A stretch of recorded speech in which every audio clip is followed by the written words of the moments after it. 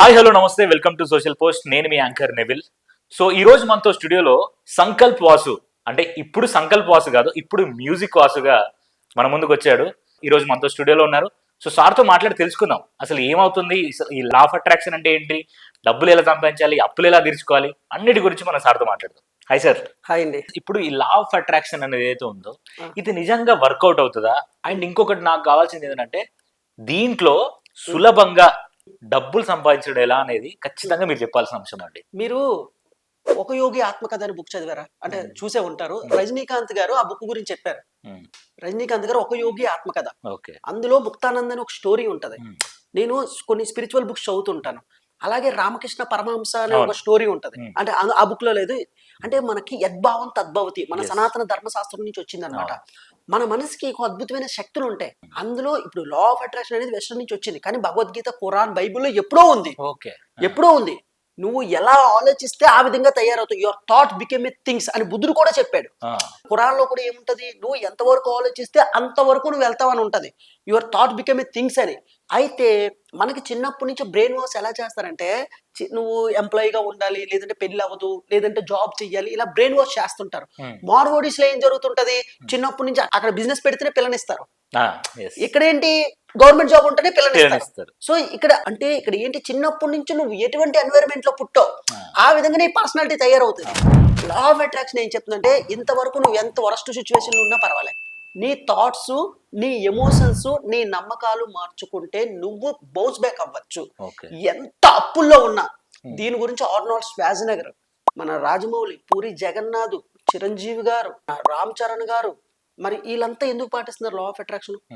షారుఖ్ ఖాన్ గారు, అమెరికాన్ గారు, ప్రపంచంలో ప్రతి celebrity law of attraction. Allu Arjun గారు, ఆయన ఎవ్రీడే లేసి విజువలైజేషన్ చేసుకుంటారు. యద్భావం తద్భవతి అండి. లా ఆఫ్ అట్రాక్షన్ అనేది 100కి 100%, 1000% ఉందండి.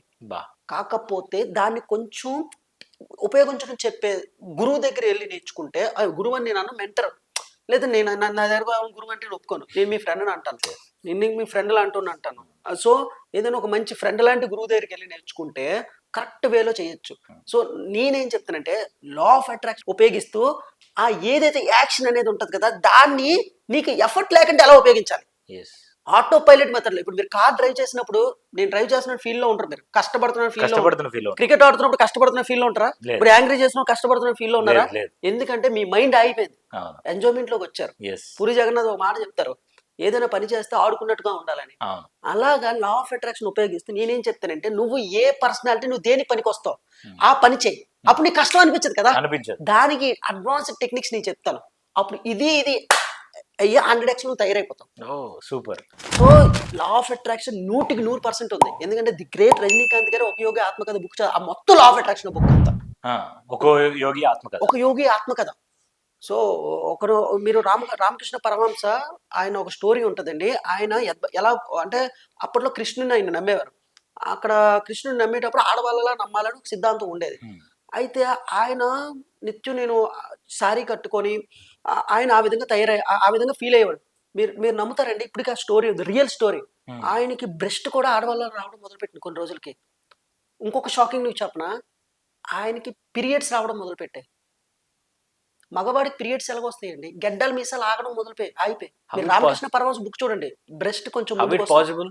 ఎందుకంటే ప్లాసిబో అండ్ నోసిబో ఎఫెక్ట్ ఉంటది. మన శరీరంలో నేను ఆరోగ్యవంతుని అని 10 సార్లు అనుకున్న ఆరోగ్యంగా మారిపోద్ది, డిఎన్ఏ మారిపోద్ది. అలాగే ఈ సైంటిస్టులు కూడా ప్లాసిబో ఎఫెక్ట్ ఉంది దీని మీద. డాక్టర్ మొసాటి ఒక సైంటిస్ట్ అనేది రీసెర్చ్ చేశారు దీని మీద. ఎందుకు అంటే వాటర్ మీద రీసెర్చ్ చేశారు. అంటే వాటర్ లో ఇది మంచి వాటర్ అంటే అందులో ఉన్న డిజైన్స్ మారిపోయి పాజిటివ్ అనేది వస్తుంటది. మీరు చర్చికి వెళ్ళేటప్పుడు హోలీ వాటర్ ఇస్తారా, ప్రేయర్ చేసి ఇస్తారు హోలీ వాటర్, దాంట్లో ఆ పవర్ వెళ్తుంది అనమాట. అంటే మన మాటలకి అంత శక్తి ఉంది అంటున్నాను నేను, ఎఫర్మేషన్ కి అంత శక్తి ఉంది. సో రామకృష్ణ పరమహంస 10 సార్లు మననం చేసుకున్నాడు మనసులో, నేను అమ్మాయిని. సో ఎప్పుడైతే నువ్వు పదే ఒక పదాన్ని మననం చేసుకుంటే అది మంత్రంగా మారిపోద్ది. అటువంటి ఏదైతే ఉందో నీ బ్లడ్ లో ప్రతి అణువులో నీ డిఎన్ఏ తీసుకొని అది మారిపోద్ది. మీకు తెలుసా, లా ఆఫ్ అట్రాక్షన్ ద్వారా క్యాన్సర్ నుంచి బయటపడ్డారని? ఇది తెలుసు. క్యాన్సర్ ఎన్నో జబ్బుల నుంచి హీల్ చేసుకోవాలి. లూయిస్ ఎల్హెరే, ఆవిడ ఒక క్యాన్సర్ మీద 200 జబ్బులకి దీని మీద కనిపెట్టింది.